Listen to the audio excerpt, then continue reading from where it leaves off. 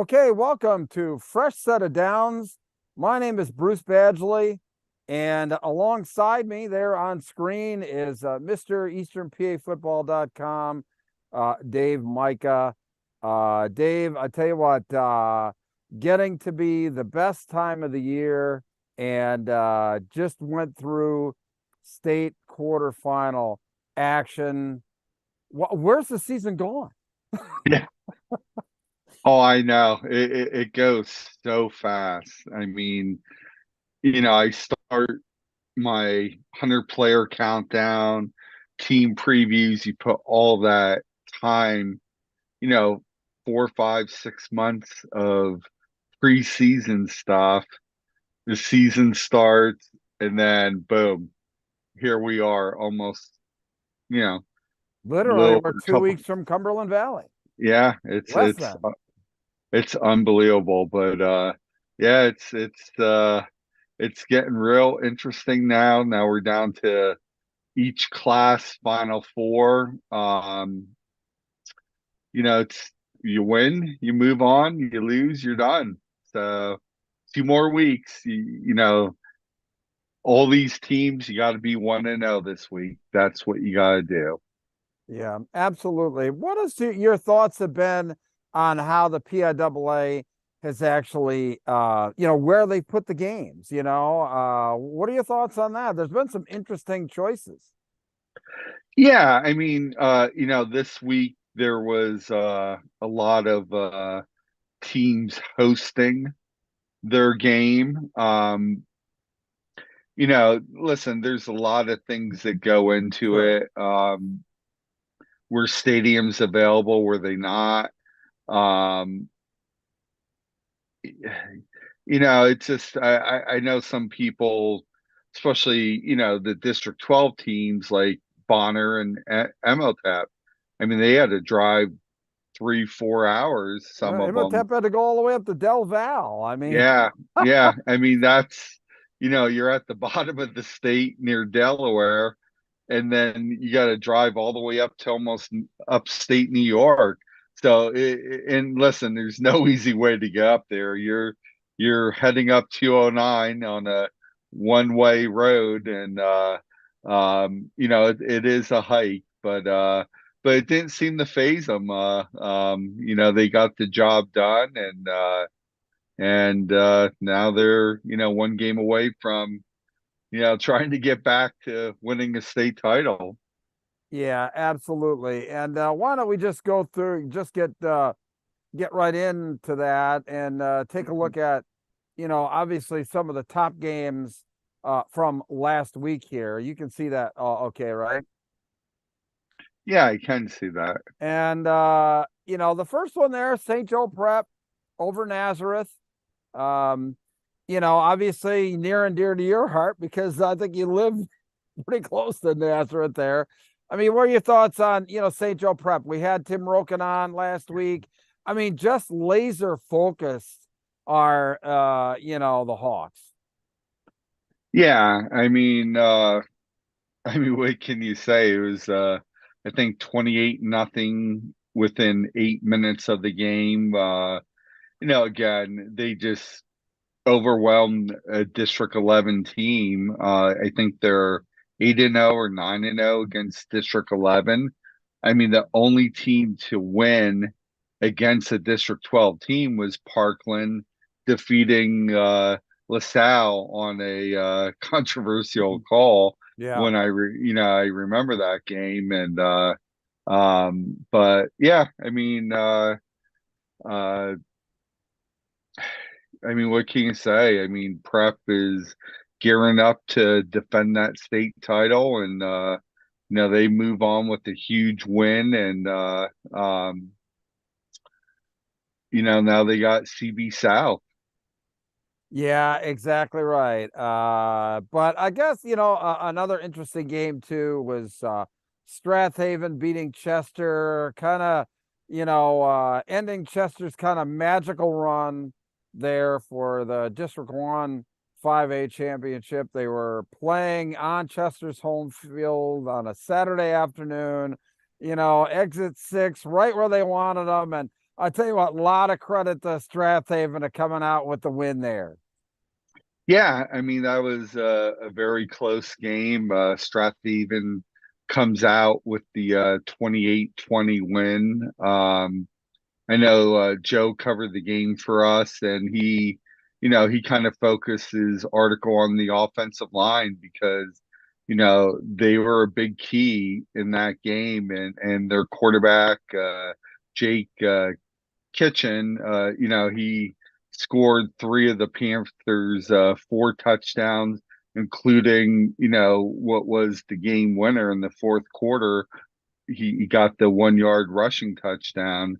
So they move on. They won a record 13 district titles in Wow. District One. And I'll tell you what, they're gonna match up against a very good, very talented MOTAP team.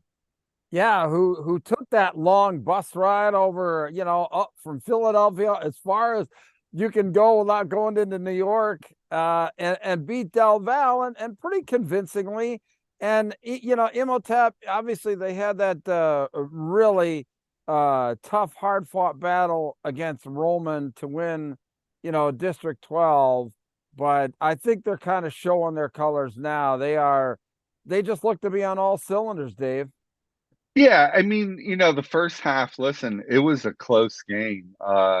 MOTEP had to overcome two early turnovers in the first half, but the Panthers defense, they came up with, I think, three interceptions, had a fumble return for a touchdown, all in the second half. And I think that's what kind of propelled them to that 31-7 win.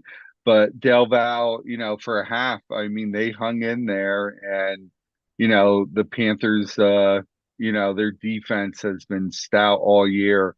I mean, through the whole season, they're only giving up 7.3 points per game. Now in the playoffs, they're giving up, 12.7, but they are averaging 44, almost 45 points a game in the playoffs. So, that's if you do the math, they're going to win a lot of games, playing that way. But again, they're going to go up against a very good Strathaven team that, back in the day when it was Berwick and Allentown Central Catholic and Bethlehem Catholic, they were all winning titles back then. So it'll be interesting to see how this game shakes out. And Cocalico makes it for the second straight year to the state semifinals in 5A, a convincing win over Ephrata, another team that kind of exceeded expectations this year. I had the opportunity to talk to both of these coaches, Brian Stroll and Chris Miller, on Thanksgiving morning. These are two teams that school districts that had joined one another. It was just a crazy sellout crowd. But Cocalico, wow, what Coach Stroll is doing there in Cocalico is something special, I think. I mean, your thoughts on the Absolutely. Cocalico Ephrata game? Yeah, I mean, they win their second straight District 3 5A title. And, their home run hitter all year, Logan Necker, in that game, he had two rushing touchdowns, caught a pass for a touchdown, had an interception that set up another score. So he had a big game. And, this is, I think, their third district title in the last, 5 years, I 5 years, think. yep. Yeah, and again, they're moving on, and they're going to play a very good Peters Township out of District 7, and this is where I know last year they couldn't get over that hump and make it to the state finals. Can they beat undefeated Peters Township? I guess we're Yeah, going to find out we'll Friday talk. night. Yeah, well, we'll talk a little bit of get a little bit more in depth here later on in the program here. But I tell you what, Yep. Wyomissing I think a solid win against a very good Danville team. Wyomissing, and I talked to actually to Bob Wool from the legendary coach there at Wyomissing on Thanksgiving morning, and he said that this is a team that's maybe a little bit different Wyomissing team in that Mm-hmm. they really didn't start very strong, but just seemed to be peaking at the right time. He seemed very impressed with the team. And obviously, with a 48-27 win on over Danville, I mean, they're hitting their peak and hitting their stride right at the right time. Yeah, and you're right. When you talk about this game, why you're missing, I think back into like October 6th, they only had, I think, a total of 5 turnovers. They had 3 in the first half, so they kind of had to overcome that. But listen, Princeton commit Riker Jones, big game, 155 yards on 9 carries. As a team, they rushed for almost 500 yards in this game. If you don't see this wing T type offense throughout the year, especially a team like Wyomissing that can run it just as good as anyone in the state, it's a tough offense to stop. And they seem to, once they got going, especially in the second half, Danville couldn't stop them.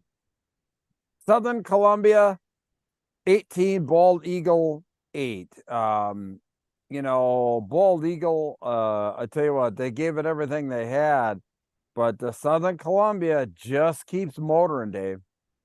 Yeah, I mean, for the second straight week, it was the defense. They had to grind out another win.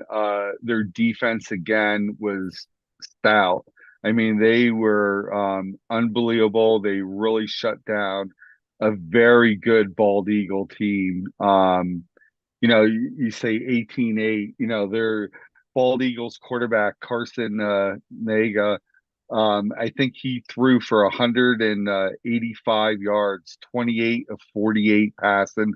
You're talking about a kid that had gone over 3,500 yards passing, and they kind of, contained him. And again, the story, it was Murphy and Garcia, running the ball. Murphy had, I think, over 140 yards, 2 touchdowns. Garcia, again, another solid running attack, 90 yards and 1 touchdown. And, looking at this Southern Columbia team, they are, I mean, listen, in the regular season, they were averaging almost 41 points a game scoring while only giving up just under 10 points. But in the playoffs, they're only scoring 34, and I say only scoring Only 34. only 34. But their defense is giving up only a touchdown, 7 points. So right now, I think their defense is really carrying this team. And, they don't throw much. They didn't do it much last year. I was concerned going into that game last year that they might have been too one-dimensional. Maybe they'll, start throwing a little more, but it seems to be working. And listen, until they get beat, you expect them to be there, win this week and defend that title. And wow, Harrisburg basically has revenge on its only regular season loss. It was at Manheim Township. The Cougars come in overtime, take down the Blue Streaks and in a come from behind fashion. One of the most incredible 6A championship games here in District 3's history, quite honestly. Your thoughts on the Cougars? I mean, death taxes and Harrisburg making the state semifinals in 6A. Incredible.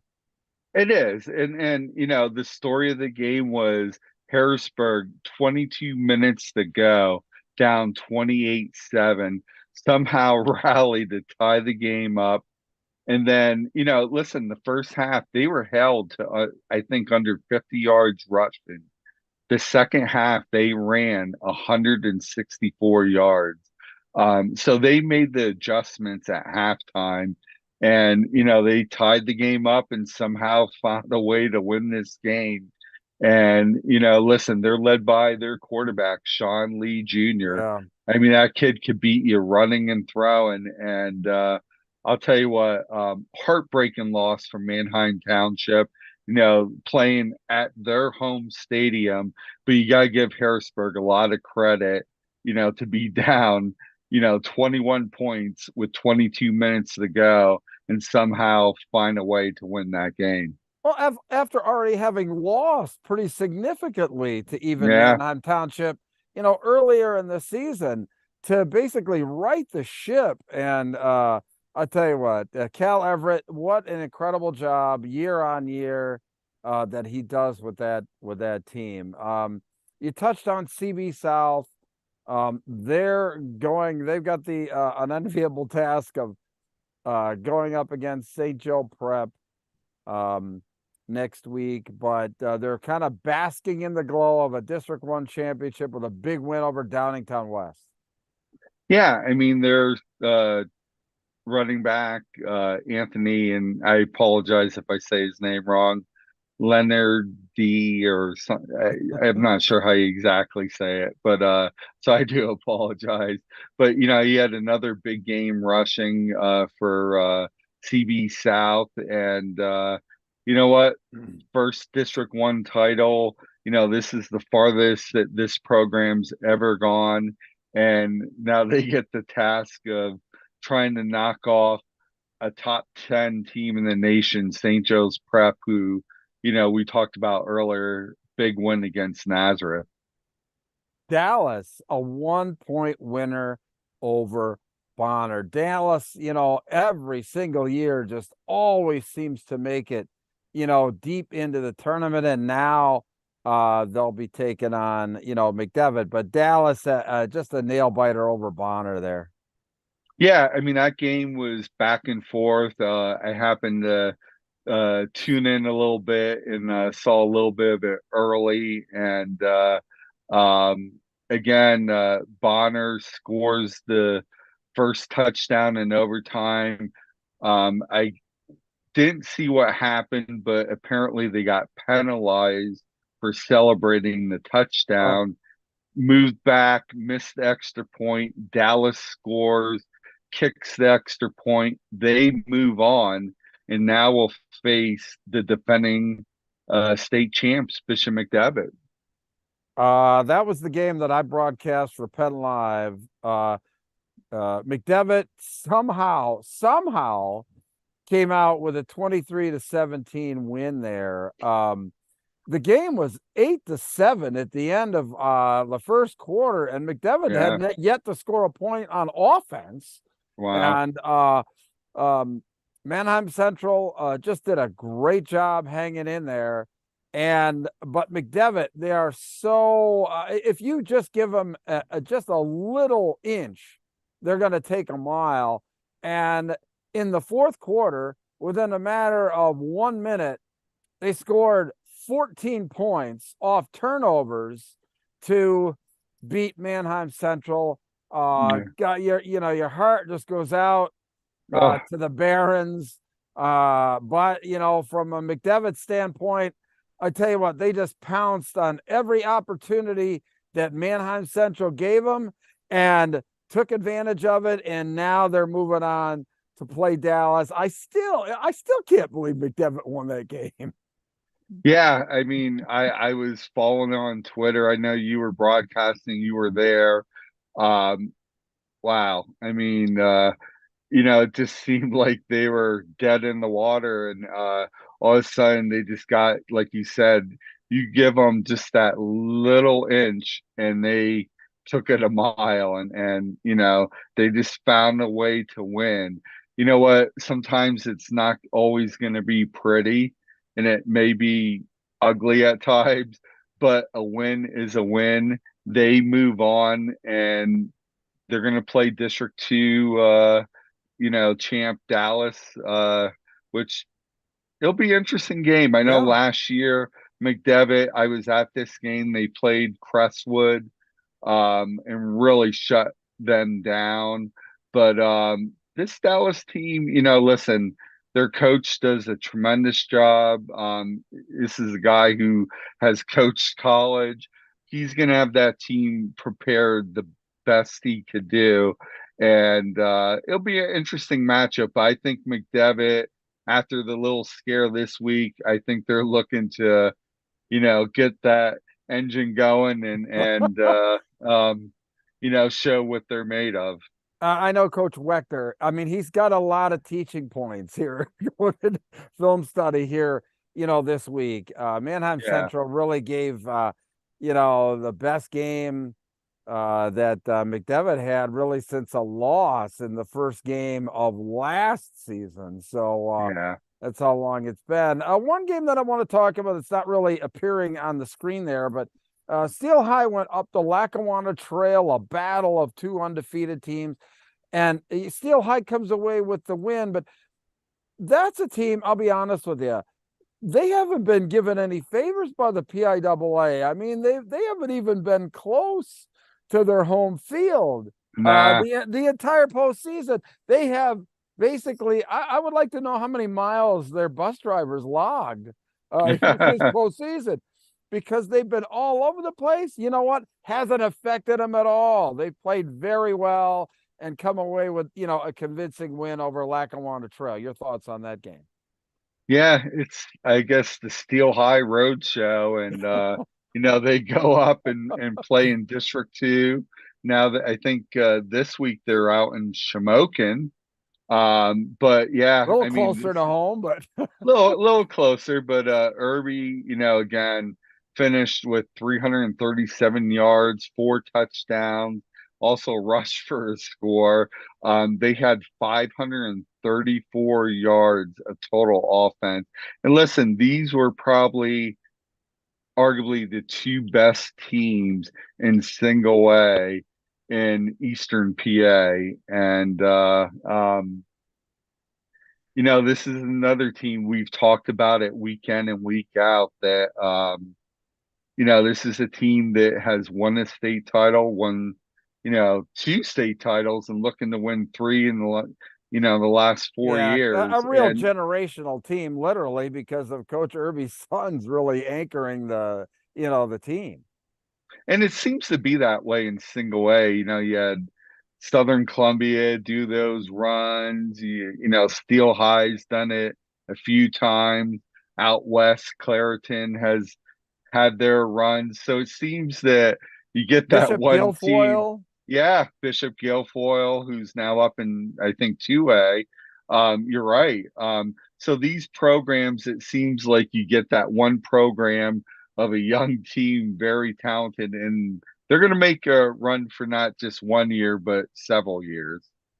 Yeah, absolutely. And I'll tell you what, I think what we'll do at this particular point, I mean, there's a lot to go through with all the matchups. So why don't we just kind of take a look at each particular bracket here real Yeah. quick, Dave? I'll pull it up from easternpafootball.com, and we'll see what we got here. And gosh, I don't know where my Eastern PA football went to. Darn it. Well, we'll pull it back up here. Wait a minute.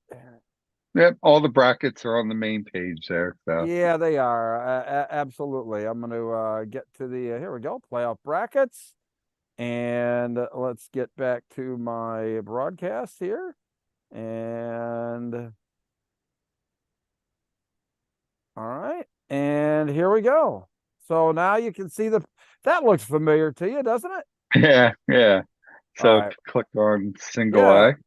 And let's pull up the single A bracket. Wow, look at how beautiful that is. Great stuff there from easternpafootball.com and that. But why don't we start? We'll just quickly go through who's playing on the western side there. I know that the Whitfield the WPIL Blitz show will be on at 9:30, and Ian and I will be talking about the western side there. And then too, Dave, we'll have our big Cumberland Valley preview Yeah. show next Monday, 9:30. We're gonna bring our buddy Ian McMeans from the WPIAA podcast and all of his graphics, plus all of these brackets. I tell you what, that's gonna be a great show next week, next Monday night at 9:30. The first one to really get out there and go on the record and break down all these games. It'll be the WPIAA Fresh Set of Downs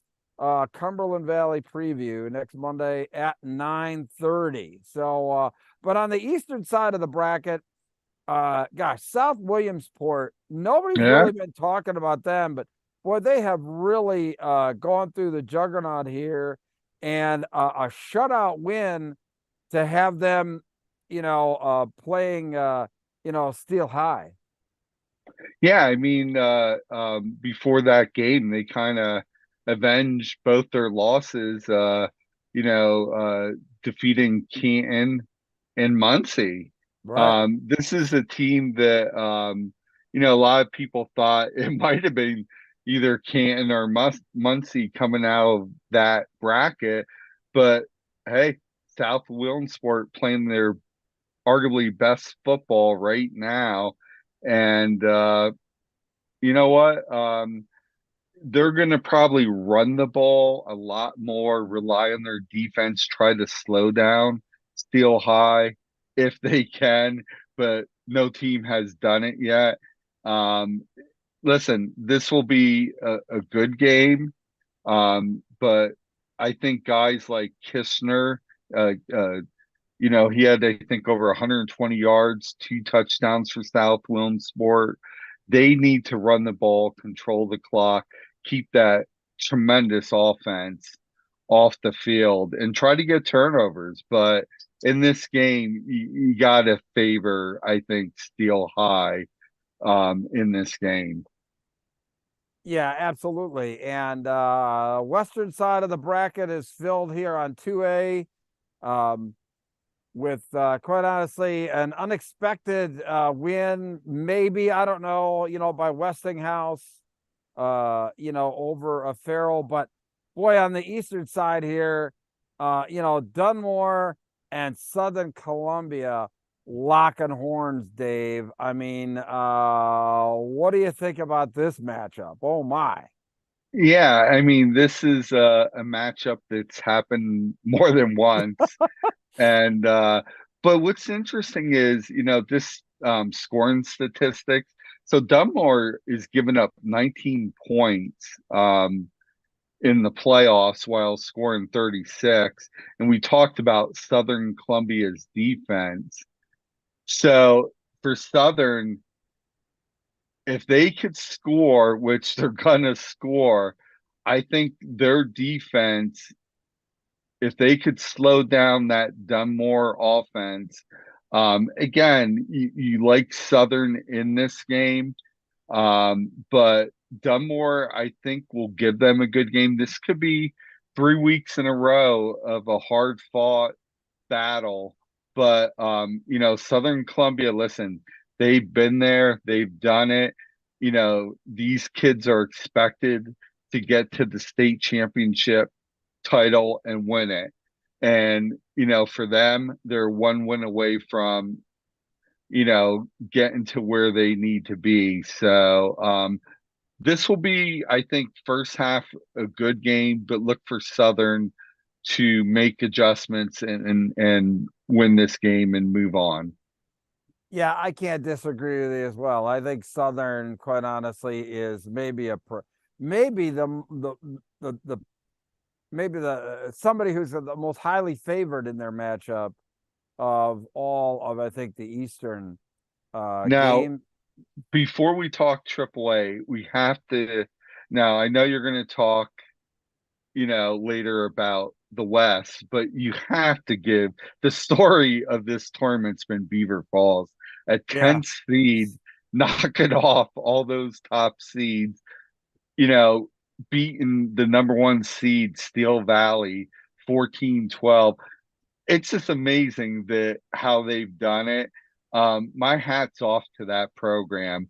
Um, I know they're going to play a very good Westinghouse, and listen, we may have a rematch in Double A of what it was last year, Westinghouse, Southern Columbia.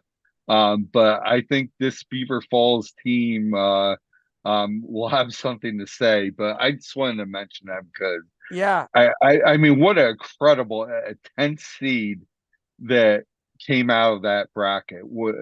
My hat is off to them. yeah, they're always we had that last year, quite honestly, in 5A with Cocalico, an 11th seed who made it all the way to the state semifinal there. But yeah, hats off to Beaver Falls. I mean, just an incredible effort there to get that far.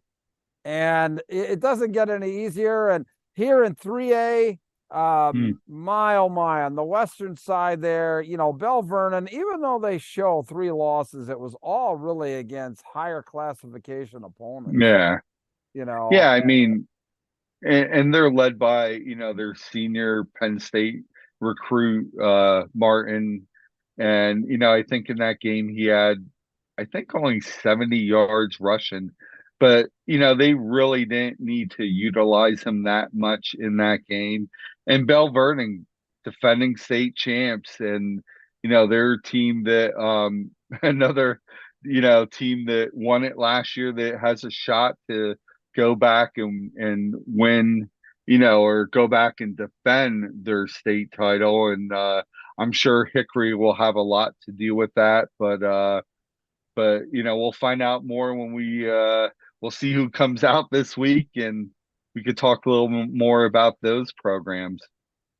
obviously you're very familiar with Northwestern Lehigh going up against Wyomissing area. I mean, this is the epitome of Clash of the Titans. This year here in 3A, Wyomissing. Their only loss is to Cocalico, who just Yeah, won the District 3 5A championship. yeah, So there's no fault in that, and a no. Northwestern Lehigh squad who's just kind of run roughshod. Um, Here, playing some really solid football. Talk a little bit about this matchup. I mean, it's going to be a classic. Yeah, just a little neat thing I saw about why missing these seniors all 4 years have been in this game. Okay. They've been to 2 state titles. Yes, they've been runner up, but this program, again, another program that expects to be there and make a state title run. But this Northwestern Lehigh right now, a team that's averaging almost 47 points a game, and they're giving up, I think, 12 points on defense.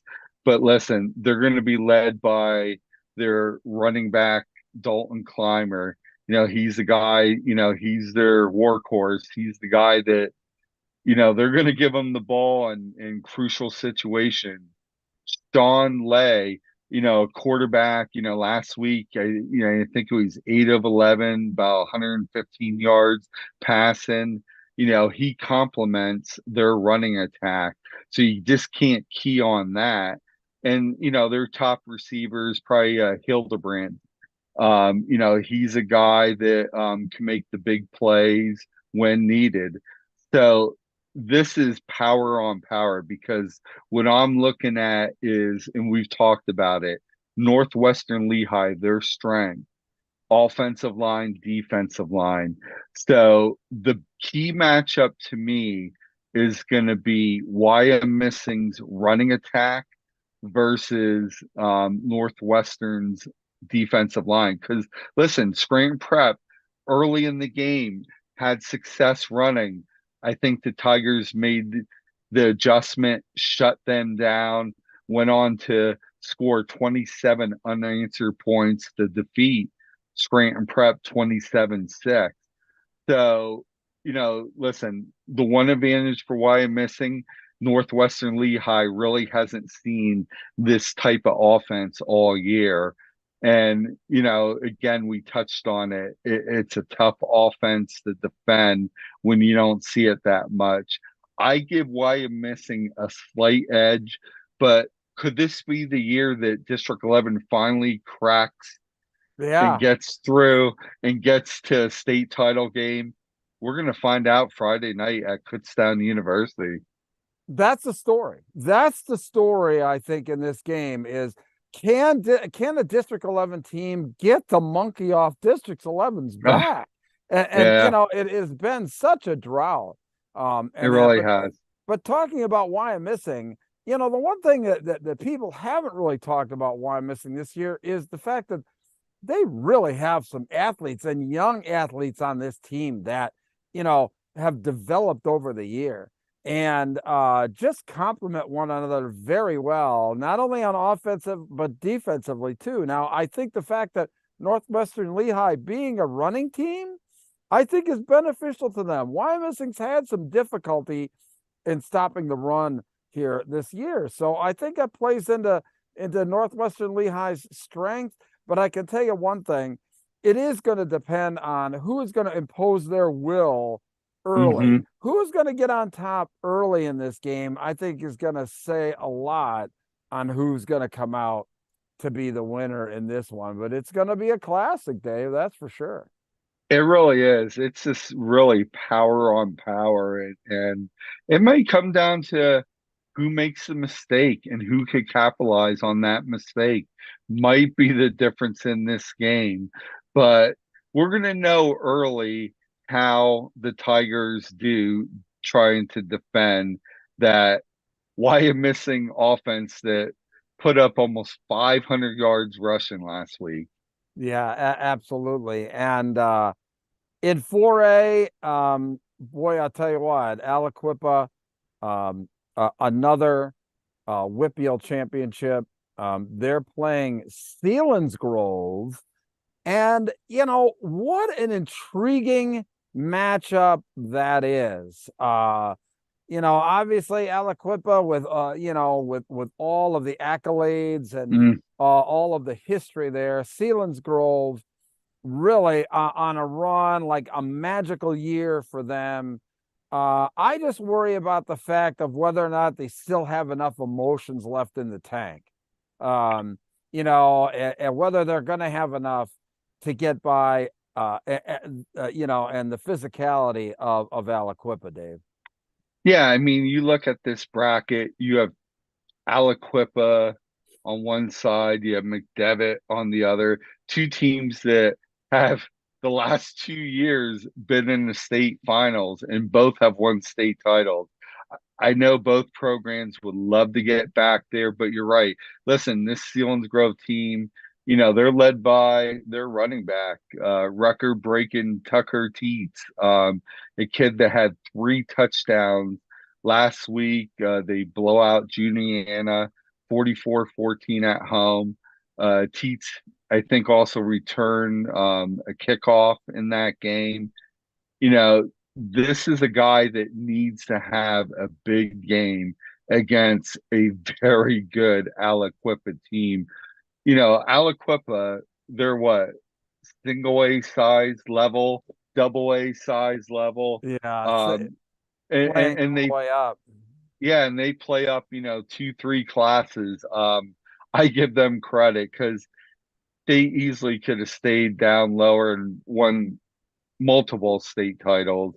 But this team, this is going to be a good game. But it's going to come down to can Selinsgrove find a way to move the ball up and down the field on this tremendous Aliquippa defense. Selinsgrove's just got to score first. I mean, I think that they've just got to, score first so that they don't get that thing, that Aliquippa scores first and like, oh, here we go. Yeah. I think that Selinsgrove getting on the board first is so very important for their confidence, against Aliquippa. And I'm really interested to see what happens here, with Bishop McDevitt in Dallas. I mean, Yeah. to see if they get punched in the mouth again, how Bishop McDevitt's going to react. Manheim Central sure did a great job in, containing, Bishop McDevitt and getting to Stone Saunders. Saunders was most of their running game for most of the game. So, I'm sure that Coach Wechter is going to have a good plan, in his pocket there. I know that the plan's gonna entail a lot of touches for Rico Scott. Scott didn't really Hmm. handle the ball too much last week, so I expect that they're gonna try and get the ball into Scott's hands a little bit more than last week, and Hmm. you know, and McDevitt's going on the road. Here's the thing: they haven't played a road playoff game in Hmm. how long? I mean, a real road playoff game like this in so long, even when they play at Cumberland Valley. It's I like a mean, home game. right? It's almost a league game. So I'm anxious Yeah. to see how this long bus ride, a 2.5 hour bus ride, and how they're going to react. So yeah, that very intriguing matchup. Yeah, and I think if you want to say McDevitt had a little scare last week, Mannheim was up. McDevitt, obviously came and won the game late. It will be interesting, but I have a feeling he is practicing and correcting a lot of things this week. I expect that McDevitt is going to come out with a message, and this is where Dallas has to, you know, take their first punch, second punch, but they can't let the game get out of hand Yeah. because if it's 14-21 nothing quickly, um, it might be tough for that program to come back. But I think Dallas also has a great plan. This is going to be an interesting matchup. Could Dallas do what Mannheim Central did last week and, kind of really slow them down, get the lead, and see if he could hold it on and win it?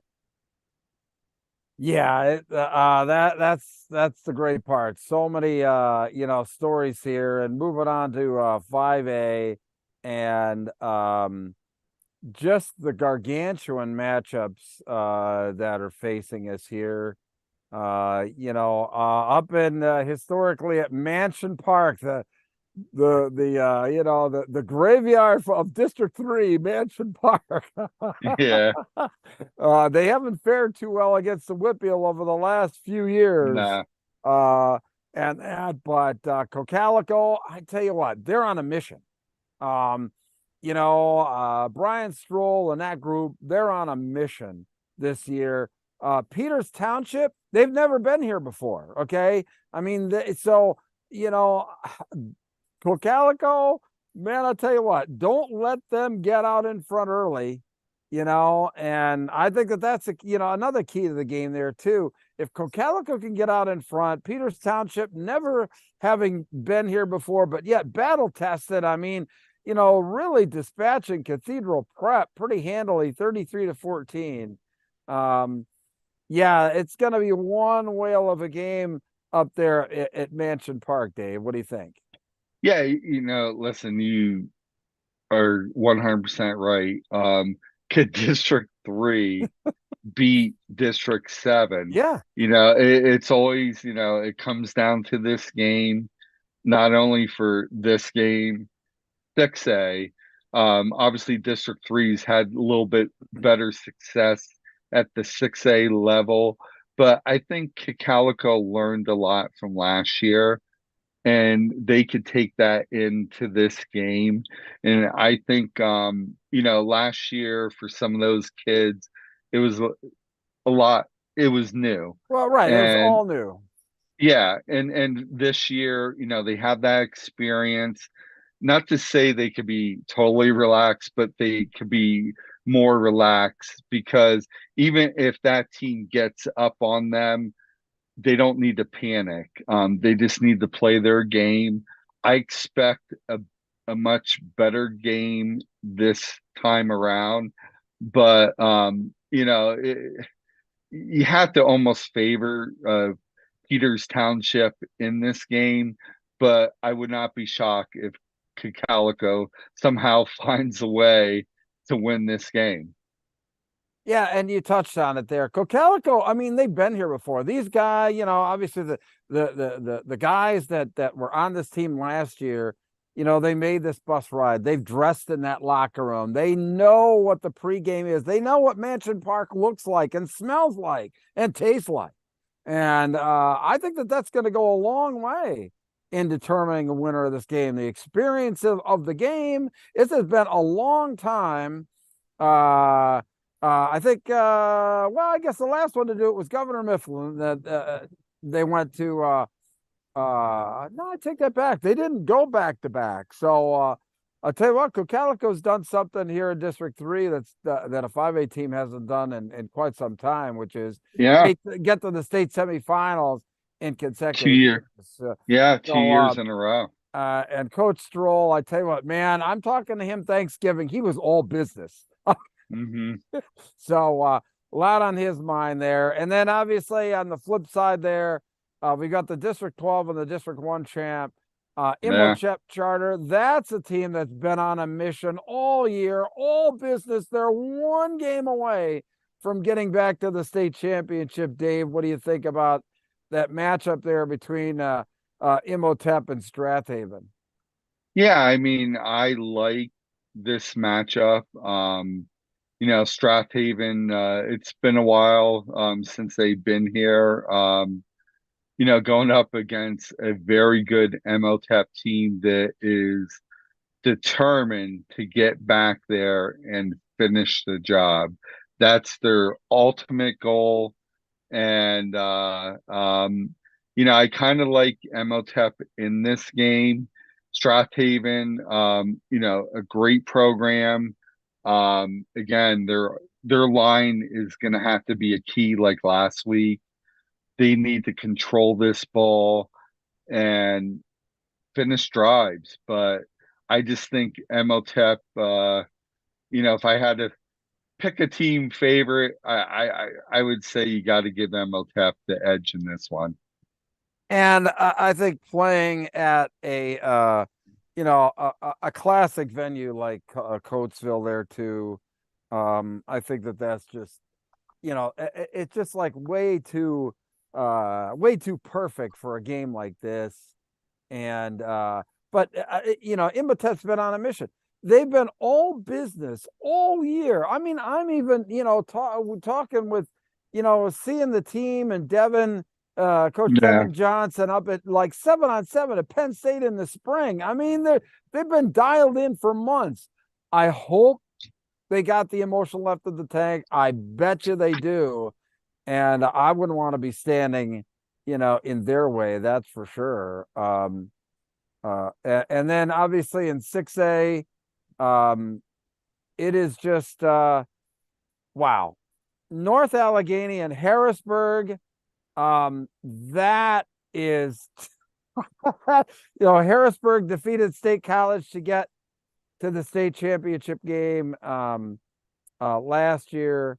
And McDowell this year. yeah, and I'm just really interested to see, what Central Buck South can do to try and slow down that St. Joe Prep juggernaut. I don't know if there's anything that they've got up their sleeve, but I don't think it's anything that St. Joe Prep hasn't seen. And wow, that Harrisburg North Allegheny, how do you pick a winner there?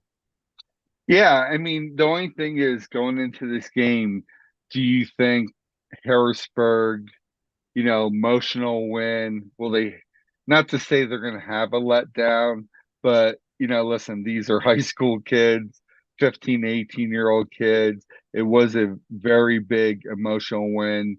And like you said, they lost to Manheim Township in the regular season handily, was losing again handily, and somehow found a way to win. Do they still have enough in the tank to beat a very good District 7 North Allegheny team? Now, North Allegheny, they, through the whole year has given up 17 points. In the playoffs, they're giving up about 18 points, averaging close to 45 a game. So this is a team that you can score on them, but can you slow down North Allegheny, because they have a very good offense, and could Harrisburg match them score for score? I think Yeah. that might be the story of the game. Yeah, I agree. It's going to be a real classic. Again, District 3 there, going up against District 7 up at Mansion Park. I mean, that's another death taxes, and District 3 versus District 7 in the state semifinal. So, yeah, and quite honestly, that's the whole reason why I started why I got in and started to doing the WPAL Blitz show, Yeah. because I wanted to learn about these Whitfield teams before, the District 3 teams would be playing them at Mansion Park. So, but wow, I mean, just incredible there. It's another great weekend of football, and Yeah. I don't know what to say. I know that Bob Long and I will be broadcasting the St. Joe Prep CB South game on Saturday, and I think I'll be on the field reporting on the McDevitt Dallas game, and for Eastern PA football on Friday night. I mean, double header action for me this weekend, and but Dave, I tell you what, it's been fantastic. The first set of down show, here this year. It's Hmm. we've done a lot of A great, lot of fun. a lot of fun. And next week we got a very special show. Yeah. Um, Next Monday, 9:15. It's the PIAA Championship edition of the WPIL Blitz Show. Fresh set of downs. We kind of merge as to merge together East and West, same way that the PIAA does when we go to Cumberland Valley. I tell you what, the graphics here. I mean, Ian's got Oh, the Cumberland Valley field in the background, and I tell you what, it's going to be a lot of fun. Picking and just going back and forth there. So that's next Monday, December 4th, 9:15. PIAA Championship edition of the WPL Blitz Show, and fresh set of downs where we basically just put it all together there. Bob Long will be joining us as well, and oh, I tell you what, it's gonna be incredible. I mean, getting it together is. and talking about those games and talking about the season, and I will be out on the deck here again, freezing my butt off like I am tonight. I tell you, it's I can't tell you how many people ask me, "Are you still out on the deck?" Of course I'm out on the deck. I mean, that's what we It's a do. tradition now, and Exactly. but I'll say this: if our fans in the eastern part of the state take a look at what he does with those graphics. I mean, it's gonna be a great show. We're gonna break down every game, and I think for this week for him is how many District 7 teams are gonna make it through. You're talking about a district that has won more state titles than any district. You could probably combine several districts and you still won't win enough. It's just incredible, the football out there and throughout the whole state, but especially in that Pittsburgh area. Just because I'm an Eastern PIE guy, listen, I follow those teams out there, and very good football, and I always look forward to seeing them in the state finals. It's always great to be live on the field and to see, these kids, play the game they love. Yeah, and it's just always a fantastic culmination there. Now at Cumberland Valley, but we all get together. I know that you and I will be there covering the games for EasternPAFootball.com. I know that Bob will Yeah. be on the NFHS broadcast of the Yeah. championship game. So I think that we got some you know some things to offer, and at least some perspective that I don't think a lot of shows have. And that's what I'm, pretty proud of with all of these podcasts that we do all year long. And just a great job again this week, Dave. It was just a great week of football, and we will break down, how all these teams got to the Cumberland Valley matchups next week. Like I said, on our year-end show there between the WPIAL Blitz Show and Eastern PA Football's Fresh Set of Downs. So for my pal Dave Micah, my name's Bruce Badgley. Listen, don't forget, we got the Whitfield podcast coming up at 9:30 tonight. So if you want to stick Yeah. around for that and get the lowdown on a lot of these Western teams with our buddy Ian and I, like I said, we'll be back at 9:30, and then next Monday night, 9:15, our very special Cumberland Valley show where we really break it all down like nobody else in the state of Pennsylvania. So for Dave Absolutely. Micah, I'm Bruce Badgley. Listen, thanks for watching, and we'll